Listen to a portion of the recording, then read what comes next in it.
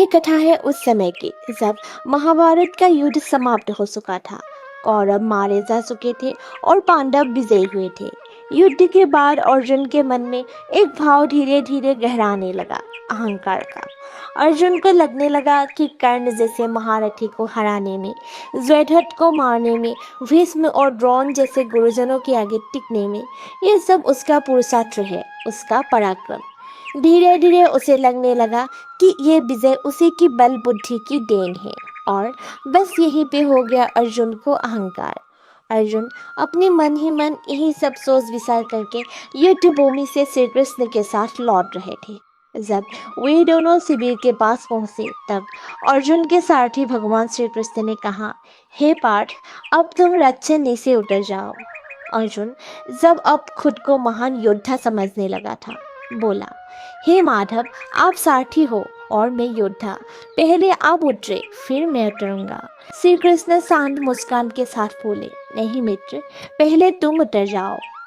अर्जुन फिर बोला, नहीं माधव, आप सारथी हो, पहले आप उतर जाओ। तब युधिष्ठिर ने कहा, अर्जुन, द्वारकाधीश जब उतरने को कह रहे हैं तो तुम उतर जाओ, जरूर इसमें कोई संकेत छुपा है। अर्जुन थोड़े ताव में अनमने भाव से नीचे उतर गया और जैसे ही श्री कृष्ण रथ से उतरे एक भयंकर विस्फोट हुआ। अर्जुन का रथ जलकर टुकड़े टुकड़े होकर राख हो गया।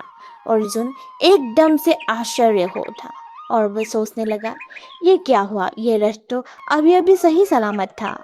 अब उसे समझ आ गया कि क्यों श्री कृष्ण ने उसे उतरने को कहा था। उसने श्री कृष्ण से विनम्रता से पूछा, हे प्रभु, ये कौन सी लीला है। श्री कृष्ण ने मुस्कुराकर कहा, पार्थ, ये वही रथ है जिस पर युद्ध के दौरान तुम्हारे ऊपर ना जाने कितने दिव्य और घातक अस्त्र चलाए गए थे, जिसका असर अब तक रथ पर है।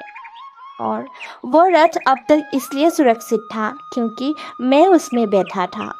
मेरी उपस्थिति ने उन अस्त्रों के प्रभाव को रोके रखा। अगर मैं पहले उतर जाता तो वो सब पहाड़ उसी सन रथ को भस्म कर देता और तुम युद्ध जीतकर भी जीवित न रहते।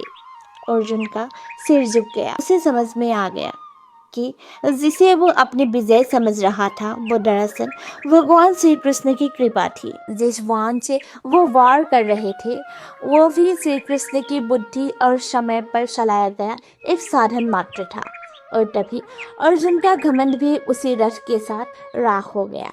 ऐसे ही अनसुनी कथा सुनने के लिए मेरी चैनल हृदय पृष्ठा को सब्सक्राइब करें, क्योंकि हम लाते हैं वो कथाएं जो किसी ने नहीं सुनाई।